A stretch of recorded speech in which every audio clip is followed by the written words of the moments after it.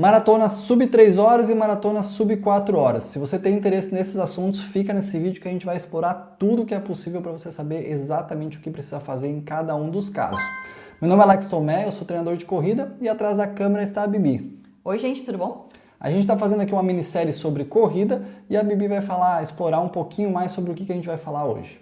Boa, Alex. Hoje a gente vai falar sobre dois grandes sonhos e metas de alguns corredores que desejam correr uma maratona, que é fazer uma maratona sub 3 horas ou uma maratona sub 4 horas. São dois grandes marcos. Então, ao longo da minissérie, surgiram algumas dúvidas, a gente recebeu nos comentários e tudo mais, então a gente decidiu fazer esse vídeo mostrando as diferenças do treinamento de uma maratona sub 3 e uma sub 4, trazendo casos recentes e reais dos teus atletas.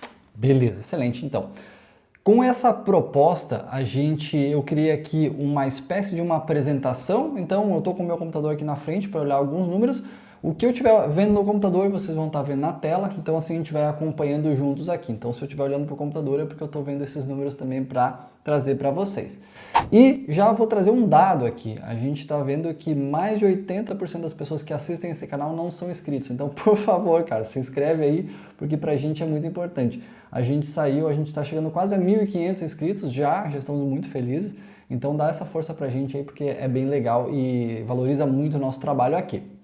Beleza? Bom, eu quero começar isso aqui, até vai ser, se ficar muito aula, muito professoral, vocês me avisem depois aqui nos comentários que a gente pode mudar um pouquinho essa forma de vídeo, né? Essa aqui é um teste nosso para mostrar de maneira um pouquinho diferente, já que a gente vai ter que mostrar números, falar, vou tentar fazer de uma maneira um pouco mais leve, mais tranquila, tá?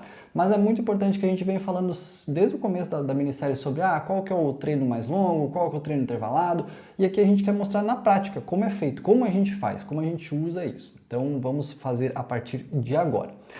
A primeira coisa que eu quero mostrar para vocês eu estou trazendo dois casos, eles são reais, é o Wallace que fez uma maratona sub 3 e o Thiago que fez uma maratona sub 4, os nomes são esses mesmos, não são nomes fantasias, tá? Então vocês estão vendo aí na tela, primeiro é a questão dos testes. Se a gente vê do lado, que para mim aqui é o lado esquerdo, vocês vão ver que o Wallace ele já fez um teste de 1 km para 2,56 e depois já fez um teste de 5 km para 18,04.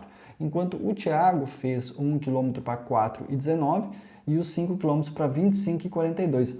Então a gente já percebe aqui que são atletas completamente diferentes. E essa diferença ela pode ser simplesmente por tempo de treino, por experiência, por ser um atleta mais treinado ou ser um atleta menos treinado, mas também pode ser algo que a gente acaba às vezes até ignorando, que é a questão genética. Isso é uma coisa muito importante e é muito relevante. Às vezes você vai pegar duas pessoas e vai aplicar exatamente o mesmo treinamento, uma vai responder super bem e vai voar, enquanto o outro cara não vai responder tão bem assim, vai demorar um pouquinho mais. Isso é uma questão genética, então considere isso. A questão genética ela é muito importante, ela é determinante no nosso desempenho na corrida como um todo, né? Então, a partir daqui, a gente começa a dar uma olhadinha. Se vocês olharem ali nessas tabelas, vocês vão ver no canto direito inferior, ali tem as projeções dos tempos das distâncias maiores. A gente fez teste de 1 e 5 km. E o nosso sistema, ele faz uma projeção baseada numa linha de tendência. A gente perde velocidade no formato de potência, ou seja, a gente perde muita velocidade, depois vai diminuindo e vai estabilizando. Se a gente seguir essa linha de tendência, a gente vai sair do 1 e 5, a gente vai para o 10, 21, 42. Então existe uma projeção. Essa projeção dizia que o Wallace, nesse momento, faria a maratona dele em 3 horas e 1 minuto, enquanto o Thiago faria em 4 horas e 10. Então olha só a diferença. Já a projeção inicial já estava mostrando mais ou menos 1 hora de diferença. Então, baseado nesses testes, a gente também consegue ver qual é a prioridade de treinamento. Então, nesse momento, a gente consegue ver que, por coincidência, os dois têm uma prioridade de treinamento muito parecida, que é a questão do limiar anaeróbio, porque o que a gente precisa trabalhar neles é uma sustentação de velocidade. E por que eu estou falando isso? Quando a gente faz um teste de 1 km, a gente faz um teste de 5 km, necessariamente, se os testes forem realmente máximos, se você fez 1 km no seu máximo, para fazer 5 km você vai precisar perder velocidade, você vai precisar fazer de uma maneira um pouco mais lenta. Não tem como você manter exatamente a mesma velocidade, o mesmo pace do 1 para os 5 km. Então, perder velocidade é uma necessidade. Então, e aí trago até a referência do professor Guilherme D'Agostini, foi ele que fez testes assim, em muitos atletas e ele entendeu que, baseado em todos esses dados, ele viu que 12 a 15% era uma perda de velocidade que considerada equilibrada. Então, a partir dali é onde o atleta conseguia desempenhar super bem. Atletas que perdiam lá 6, 7% de velocidade, era muito bom, eles conseguiam sustentar muito bem a sua velocidade. Mas isso nos indicava que não adianta a gente ficar treinando para esses atletas sustentar melhor a sua velocidade, porque eles já têm isso muito bem desenvolvido. Então a gente precisa trabalhar muito para eles ganharem mais velocidade. E no outro lado, quando a gente pega um atleta perdendo 20, 22% de velocidade, esse é um atleta que precisa treinar para sustentar melhor a velocidade que ele já tem. Porque não adianta eu ficar trabalhando para ele ganhar mais velocidade, porque ele não consegue sustentar isso, ele vai perdendo muita velocidade conforme os quilômetros vão passando. E se a gente vê, tanto o Thiago quanto o Wallace, eles têm uma perda de velocidade acima de 15%. Então, é uma perda de velocidade que indica que a gente precisa treinar a sustentação de velocidade. A sustentação de velocidade está ligada ao limiar de lactato, limiar anaeróbio. Então, a gente teria que fazer esse treinamento de sustentação. Só que existe uma diferença muito grande aqui. O Wallace está perdendo 19% e o Thiago está perdendo 15,8%. Então, por mais que os dois precisem treinar a mesma coisa, o limiar anaeróbio tem essa prioridade, são prioridades com urgência maior do Wallace. O Wallace realmente está perdendo muita velocidade, ele precisa sustentar melhor. Ele não precisa ganhar velocidade nenhuma para fazer a maratona sub-3, é só ele sustentar melhor a velocidade que ele já tem, já está ótimo. O Thiago, por outro lado, ele está muito próximo do equilíbrio, então é interessante que a gente trabalhe a sustentação de velocidade, mas ele também precisa ganhar um pouco mais de velocidade. Então a gente precisa trabalhar de maneira praticamente equilibrada as duas coisas. Mas uma coisa também interessante a gente observar aqui é que o Wallace é um cara que suporta muito mais treino. Então, para o Wallace eu estou muito tranquilo na questão mais periférica, muscular. Ele vai sustentar muito o volume de treino, uma alta frequência de treinos. Então, quanto a isso eu estou muito tranquilo. Já o Thiago é um cara que sofre um pouquinho mais. Ele vai treinar menos porque o corpo dele aguenta menos sessões de treino e ele também tem menos tempo. Então, depois eu vou mostrar para vocês aqui a frequência de treinamento dos dois. Vocês vão ver que é bem diferente. Então, por mais que o Thiago a gente também precise treinar a velocidade, a sustentação de velocidade, uma das coisas principais que eu precisei fazer com ele foi garantir que o músculo dele fosse suportar 42 km sem quebrar. O Wallace eu já tinha certeza que ele faria isso, tanto pela questão de histórico, quanto pelo tempo em exposição. Se a gente vai pensar, o Thiago vai correr 1 hora a mais do que o Wallace. Então, isso faz com que o músculo dele precise um pouco mais de preparação nesse sentido, de suportar os 42 km. Vocês percebem que, por mais que seja 42 km e 42 km, a gente está falando em 3 horas em exposição, 4 horas em exposição. Esse músculo aqui vai precisar ser mais forte, vai precisar trabalhar mais para não quebrar. Então, isso a gente precisa considerar sempre nas preparações. Não só a quilometragem, mas também o tempo em exposição. E aí eu trouxe aqui alguns exemplos de treino que eu fiz com eles dois. Então vocês podem ver aqui que do lado a gente tem, por exemplo, o Wallace fazendo 5 repetições de 2 km, é muito diferente do Thiago. Se a gente for equiparar esse mesmo treino, enquanto o Wallace faz 5 repetições de 2 km, o Thiago faz 4 repetições de 2 km. E se a gente for ver, o tempo de exposição é basicamente o mesmo. Então aqui a gente está falando aí, novamente, tempo em exposição. Assim como o Wallace aqui fez 10 vezes de 1 km, enquanto o Thiago fez 8 vezes de 1 km. Então eu peguei esses treinos aleatoriamente na programação deles para trazer e mostrar para vocês. Olha só, por mais que aqui a gente está fazendo 4 repetições e aqui a gente está fazendo 5 repetições, o tempo de exposição é basicamente o mesmo. Então, pensando no corpo deles, a exposição é muito parecida. Então aqui a gente vai equiparando por tempo e não por quilometragem. E aí eu falei anteriormente, né, que o Wallace sustentava muito mais sessões de treino. E aqui a gente pode ver exatamente isso. Se vocês compararem ali, por exemplo, o Wallace ele tem uma semana com 9 sessões de treino, sendo 7 de corrida e 2 de musculação. Já o Thiago, ele tem uma semana de treino com 6 sessões. Então ele tem 50% a menos de sessões de treino do que o Wallace. Enquanto o Wallace faz 9 treinos, o Thiago faz 6. Percebe como aqui tem uma diferença muito grande, não só numa questão genética, mas também numa questão de exposição ao treinamento. É claro que isso aqui é meio que aquela ideia do ovo ou da galinha, porque o Wallace é um cara que ele treina hoje, faz um treino pesado, trevalado, amanhã ele está a fim de treinar, ele quer treinar, o corpo dele está descansado, ele recupera muito rápido. O Thiago já sofre um pouquinho mais, demora um pouco mais a recuperação. Então a gente não sabe, nesse caso aqui, se é porque o Wallace recupera mais rápido, porque ele é um atleta geneticamente favorecido, ou se ele desempenha melhor justamente porque ele consegue recuperar mais rápido. Então fica uma coisa meio ovo ou a galinha aqui. Mas a gente pode ver que é uma coisa completamente diferente, é um planejamento completamente diferente pela exposição que cada um deles tem ao treinamento. Depois disso, eu quis trazer para vocês Qual foi a comparação do volume semanal que a gente usou, principalmente nas semanas que estavam quase se aproximando lá da maratona, para vocês verem também como o volume semanal é uma coisa relevante. Enquanto o Wallace estava fazendo lá 115, 120 km por semana, o Thiago estava fazendo 65, 70 km. A gente está falando de quase, não chega ao dobro, mas, cara, uns 70, 80% a mais. Então, novamente, é mais quilômetros para ter mais tempo em exposição, para estar mais tempo fazendo adaptações, para estar mais tempo melhorando.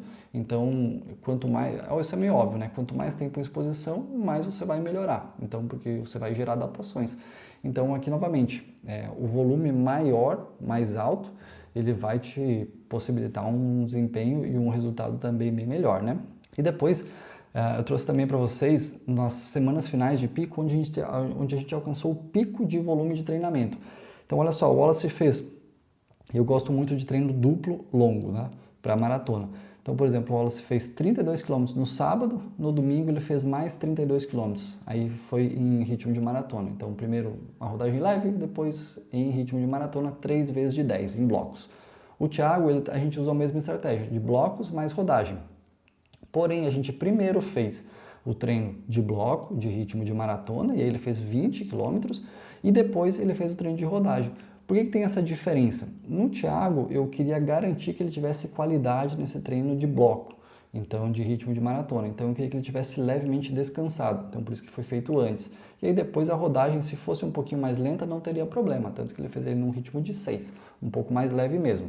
Já o Wallace, eu quis que ele já entrasse no treino de ritmo cansado. Por quê? Porque eu sei que ele aguentaria muito bem. Eu queria simular a parte final da prova, porque eu queria que ele chegasse acelerando, se sentindo muito bem lá no final.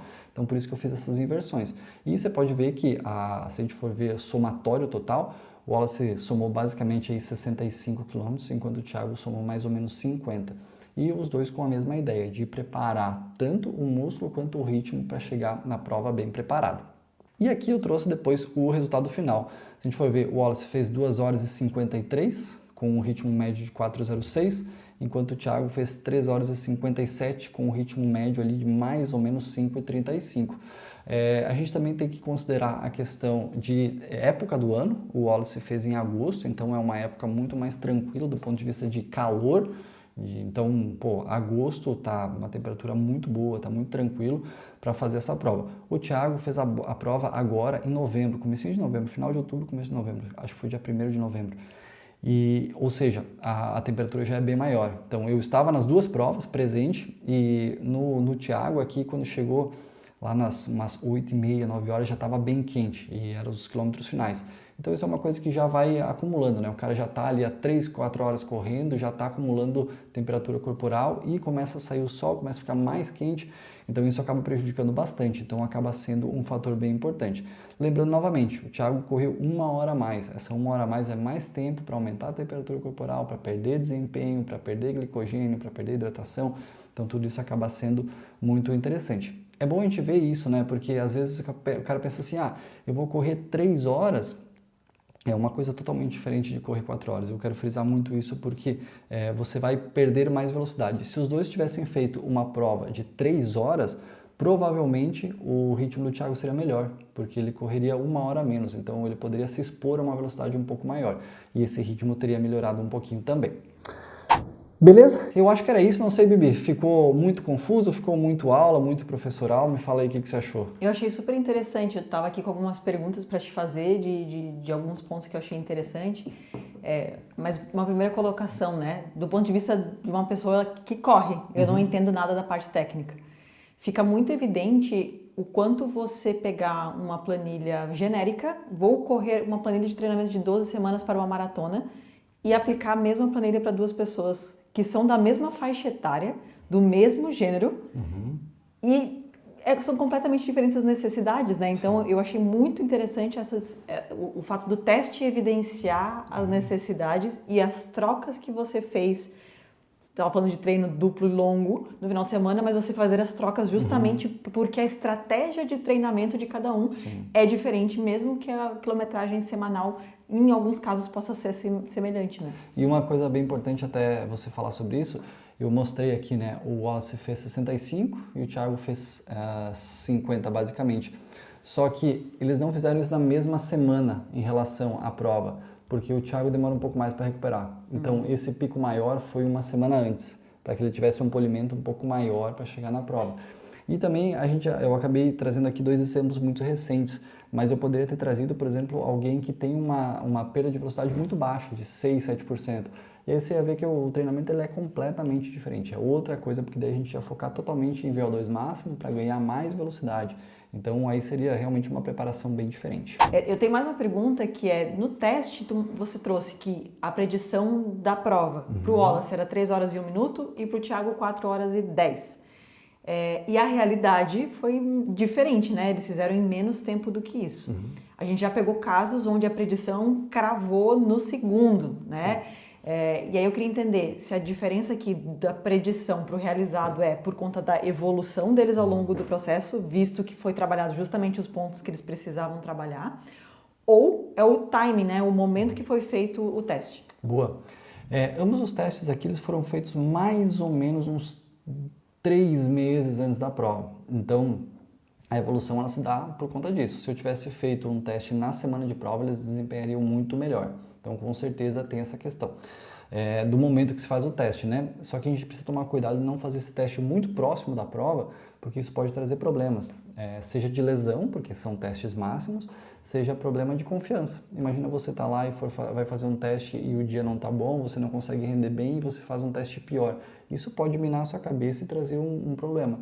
Então, por isso que eu tento não fazer testes muito próximo da prova. Aí você pode dizer assim, pô Alex, mas aí como é que você sabe qual é o ritmo da prova do cara? Porque a gente vem acompanhando, a gente vem fazendo treino semana a semana, eu venho acompanhando os números, ambos chegaram na linha de largada com uma estratégia, sabendo o que iriam fazer. Então essa evolução. Só que às vezes você pode fazer, por exemplo, num caso que nem o do Thiago, de 4 horas, você pode fazer um teste de 1,5 km e você mandar super bem e fazer lá, a predição sub 4 horas. Só que você não tem uma estrutura muscular para sustentar a prova, porém você tem condicionamento para isso. Então talvez o que você pode fazer é simplesmente manter o seu condicionamento e construir uma estrutura muscular para você entregar exatamente o que está apontando no teste. Mas isso vai depender muito da avaliação do que você precisa treinar. Então, num atleta como o Wallace, isso não faz muito sentido, porque ele já é um atleta que suportaria, já tem músculo para isso. Agora, um atleta como o Thiago, que é a primeira maratona, a gente precisava garantir que ele ia chegar lá com músculo para chegar até o final. Então, por isso que você pode ver, o ganho do Thiago ele foi de mais ou menos 13 minutos, mas justamente porque a gente trabalhou muito a questão muscular dele para ele chegar lá preparado sem ter quebras. Se a gente for avaliar exatamente a prova do Thiago, novamente, eu estava lá, eu fui conversando com ele no meio da prova, porque eu encontrei ele em alguns pontos, ele foi num ritmo muito bom até o quilômetro 35, manteve lá uns 5,30 mais ou menos de ritmo, e lá ele falou assim, eu estou começando a ficar desgastado. E aí eu falei, cara, você quer subir 4 horas, você está adiantado, joga com o regulamento embaixo do braço, preserva o seu músculo. Então os últimos 7 km ele baixou o ritmo um pouquinho, mas não foi por quebra, foi por uma estratégia de dizer, eu quero subir 4 horas, então eu vou garantir, porque se eu continuar acelerando aqui, talvez eu quebre a 2 km da prova, de finalizar a prova e tenha que caminhar, né? Então, por isso que a gente fez essa questão mais estratégica também no final da prova. Boa, e um dos motivos que ele poderia ter quebrado é ter tido cãibra no final da prova por ter desgastado demais, enfim. E aí, quem não assistiu o vídeo sobre cãibra, convido a voltar alguns episódios aí e assistir esse vídeo, porque ele é bem interessante também. Cãibra é um dos principais fatores de diminuição de desempenho na maratona, com certeza. Então a gente fez um vídeo extremamente completo sobre cãibra, justamente para quem já teve cãibra e quer saber um pouquinho melhor como lidar com isso. Bom, Alex, esse é o nosso último vídeo da minissérie sobre maratona. Não significa que não faremos novos vídeos sobre o tema de maratona, mas só para agradecer todo mundo aí por ter nos acompanhado durante essa minissérie, que foi a primeira de várias que a gente vai fazer ainda. Boa, foi muito legal. A gente reativou o canal no YouTube com a ideia de fazer a minissérie da maratona, 10 vídeos. E a gente fez isso, só que no meio do caminho a gente curtiu tanto que a gente começou a colocar outro vídeo semanal. E agora a gente vai continuar com outros vídeos aqui no canal, talvez criemos outra minissérie, talvez de meia maratona, ou talvez de trilha, não sabemos ainda, mas continuaremos tendo 2 vídeos por semana, um na terça-feira e um no sábado ou domingo, vai depender da semana. E se você está curtindo aqui os nossos vídeos, o nosso conteúdo, só se inscrever aí no canal, dá um like também, se puder deixar um comentário para dizer se você está gostando dessa minissérie, nos ajuda demais. E também se quiser conhecer um pouquinho mais sobre o nosso trabalho, só dá uma olhadinha aqui na legenda. Valeu!